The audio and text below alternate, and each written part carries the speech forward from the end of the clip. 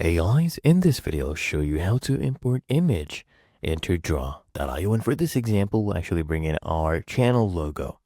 So I'll minimize this and just open up any diagram and then come to the top left, click on File. You'll get this drop down, just come here, click on Import, and this will actually open up your File Explorer where I want you to go ahead and locate the image you want to import. So I'll click on this image and then you just click on Open. And as you can see, here's the image. If you want to change the dimensions, you can easily resize through here just by dragging that down, or you can click here on Arrange and then just change the size from here. Let's do 250 by 250. There you go.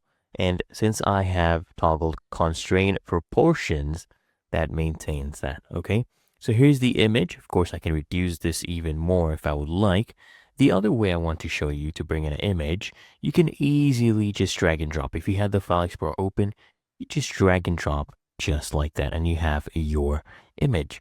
So that is how you import image into Draw.io.